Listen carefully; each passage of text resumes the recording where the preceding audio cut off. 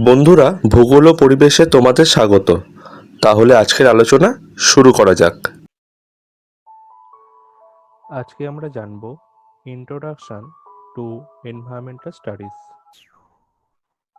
তো এই environmental studies পড়তে গেলে আমাদের আগে পরিবেশ কাকে বলে বা পরিবেশের সংজ্ঞাটা কি সেটা জেনে নেওয়া দরকার। Words nature and natural are used for all the things that are normally not made by humans. Things like weather, organisms, landform, celestial bodies, and much more are parts of nature. অপরপক্ষে একটি নির্দিষ্ট স্থানের সমস্ত জৈব ও প্রাকৃতিক জড় উপাদানের সঙ্গে মানুষের কার্যকলাপ যুক্ত হয়ে যে সামগ্রিক অবস্থা তৈরি করে তাকে বলা হয় পরিবেশ।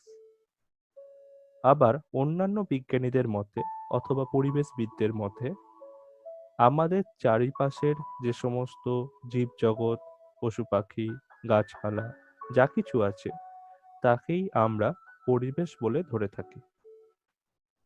অর্থাৎ our surroundings are called our environment। অর্থাৎ মানুষ এবং মনুষ্য বর্গ অনুপাতে পরিবেশ সর্বদা পরিবর্তনশীল।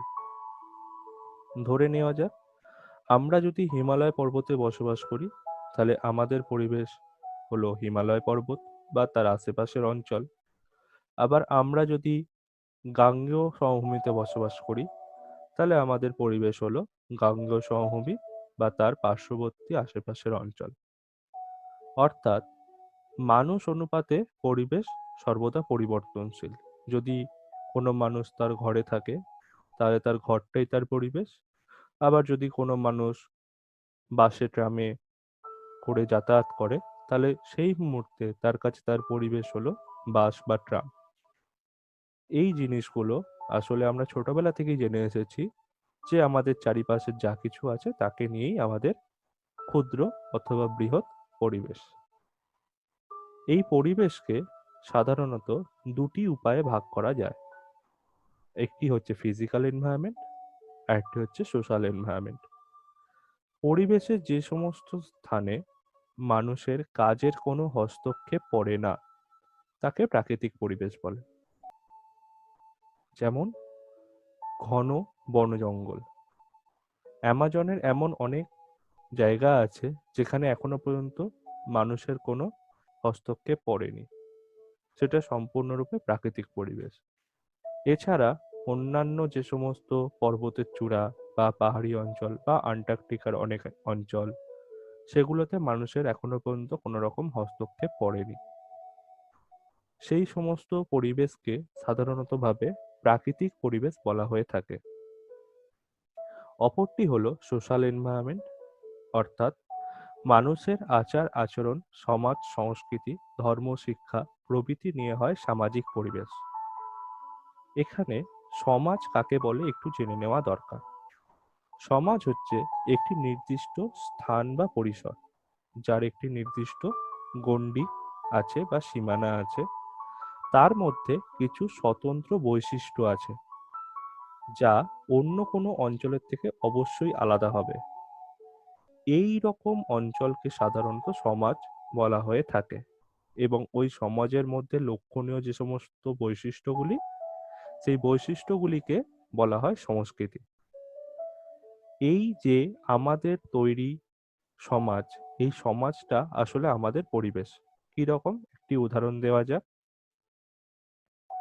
আমাদের চারপাশে যে আমরা যে সমস্ত ঘর বানিয়েছি, বাড়ি বানিয়েছি, এগুলো হচ্ছে আমাদের সামাজিক পরিবেশ।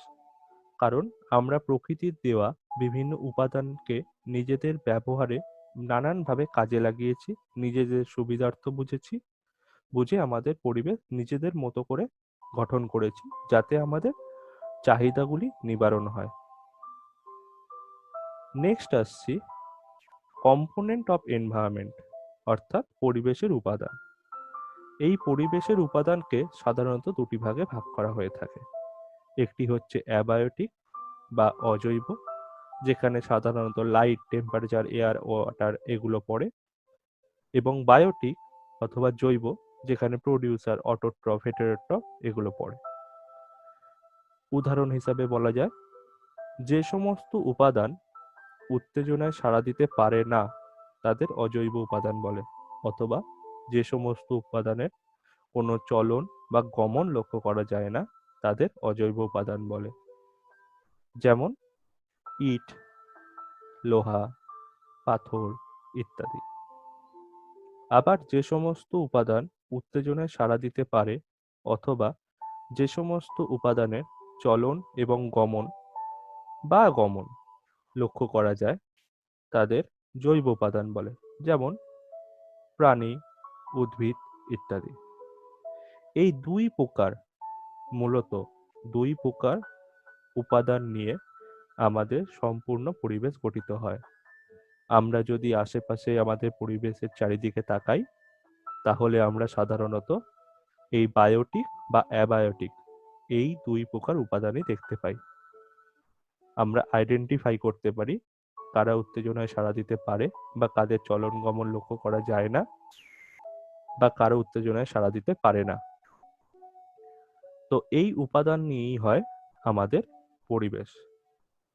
এবারে আসছি পরিবেশ বিদ্যা কাকে বলে।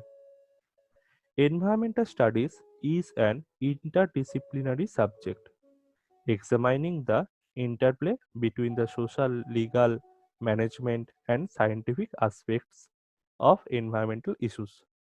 Interdisciplinary means that issues are examined for multiple perspectives. অর্থাৎ বিজ্ঞানের যে শাখায় পরিবেশ এবং তার বিষয়বস্তু ও তার উপাদানগুলি নিয়ে আলোচনা করা হয় তাকে পরিবেশবিদ্যা বলে। এক্ষেত্রে জীববৈচিত্র্য, বাস্তুতন্ত্র প্রভৃতি বিষয়গুলো উল্লেখযোগ্য। তো পরিবেশবিদ্যা কাকে বলে আমরা জানলাম। এবারে জানবো পরিবেশবিদ্যা আমরা কেন পরিবেশবিদ্যা পড়ব। পরিবেশবিদ্যা পড়ার একটি অন্যতম কারণ হচ্ছে আমরা কোথায় বসবাস করছি, আমরা পরিবেশের মধ্যেই বসবাস করছি। তো পরিবেশকে জানতে, বুঝতে, শিখতে আমাদের কিন্তু পরিবেশবিদ্যা পড়া একান্তই জরুরি।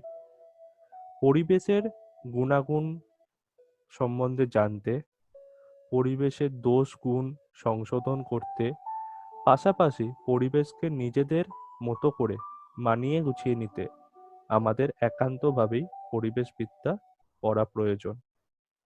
এছাড়াও পরিবেশের দূষণ নিবারণ করতে, আমরাই দূষণ করি, আমাদের দ্বারাই দূষণ হয়। এই দূষণকে নিয়ন্ত্রণ করতে গেলেও বিভিন্ন উপায়, কলাকৌশল প্রভৃতি জানতে গেলেও পরিবেশবিদ্যা আমাদের পড়তে হবে। এই পরিবেশবিদ্যা পড়ার মধ্য দিয়ে মানুষ এবং পরিবেশ এই দুইয়ের আন্তঃসম্পর্ক আরো সুদৃঢ় হবে।